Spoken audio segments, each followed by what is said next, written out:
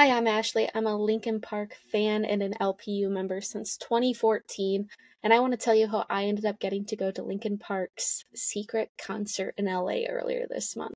So, as you all know, Linkin Park is back together. They have a new singer, new drummer, and they're going on tour with a new album, new single. It's incredible. Leading up to that, though, they were being a little mysterious. So, I guess I need to go to the beginning. I need to start from zero, or I guess from before zero. So Linkin Park started their countdown clock. If you don't know, they had a clock that counted down from 100 hours down to zero. I remember where I was when I hit zero. I was sitting on the couch, just waiting for whatever the announcement was going to be.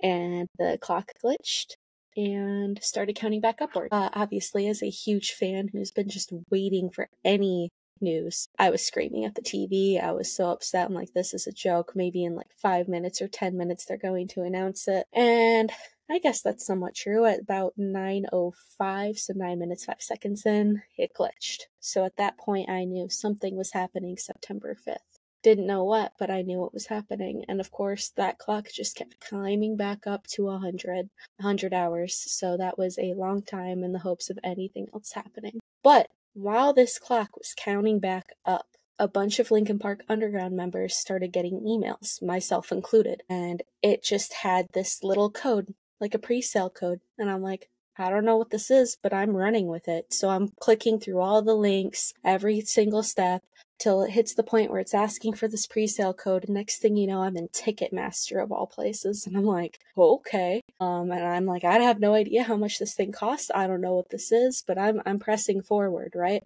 And it asks for $1 charge and says that it's going to give it back. So basically, whatever I'm registering for free. Worst case, I lost $1, right? So I'm still going through it, and then it just goes, cool, great. We're randomly selecting people who said that they wanted to do this. So you'll know tomorrow. That would be the Friday before the 5th of September. So I'm like, okay, cool. All it says was just come to LA for that day. The event's range is from 12:30 p.m. Pacific to 5:30 p.m. Pacific. So the whole next day, I'm just eagerly waiting for this email. Didn't think I was going to be one of the people to get it, but I did. And of course, I'm like asking my boss for the day off work. I found a flight that got me there same day, and I got back for my shift the next day. So roughly 36 hours on total. I was on the ground for 12. And all they told us was, you will get an address the day of that you need to meet at. Because they didn't want people trying to sneak in, break in, crowding, whatever it might be, because this event was specifically meant for Linkin Park Underground members. It was clearly like a very small setting. So anyway, I wait that whole week. I get on that plane. My plane was set to land at about 10:30 Pacific, 10:30 in the morning. Which meant I had about 2 hours to figure it out, which really isn't that bad. Even the furthest places in LA from the airport are an hour drive most. So I knew that I had enough time to get where I needed to be. They also extended that range for where you needed to meet from 12:30 to 1:30, so I had plenty of time.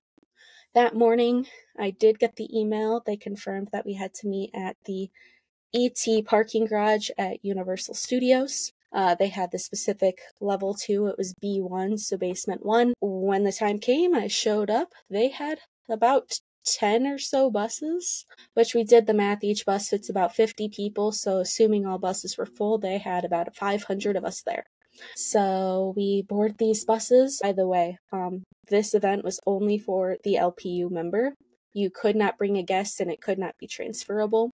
So they made sure that the name on your LPU account matched the name on your Ticketmaster account, matched your government name, and if none of that matched, they would not let you go. Obviously, I'm sure that they were willing to work with people who've probably changed their last names, but you clearly had to prove that all of these accounts were yours, or they would not let you on one of these buses. So we board the buses, and they start shuttling us. We have no idea where we're going. Obviously, this was meant to be kind of secret, once again, so as not to have the place overrun and people just showing up. and they start taking us through the Universal Backlots. So I got to see the set of Nope. I got to see lots of the little villages and towns that they use for like all sorts of movies. It was super cool. Basically a little impromptu backlot tour for free. Keep in mind, all of this was free. The only thing that anyone had to pay for was travel to LA and lodging if they were staying in LA. So I only had to pay for my plane ticket and food. So we're traveling the backlots and all of that. And eventually we kind of get out of the Universal's backlots and somehow end up in the Warner Brothers studios and backlots. Like you can see the Warner Brothers water tower and everything. And I'm going, well, this makes sense. Linkin Park is under Warner Brothers label. So of course that this would end up at Warner Brothers. So we keep going. We end up at Warner Brothers Studio 30, and they unload us from the buses. They escort us into this huge sound stage and just said, pick your spot. So the Linkin Park stage was already in the center.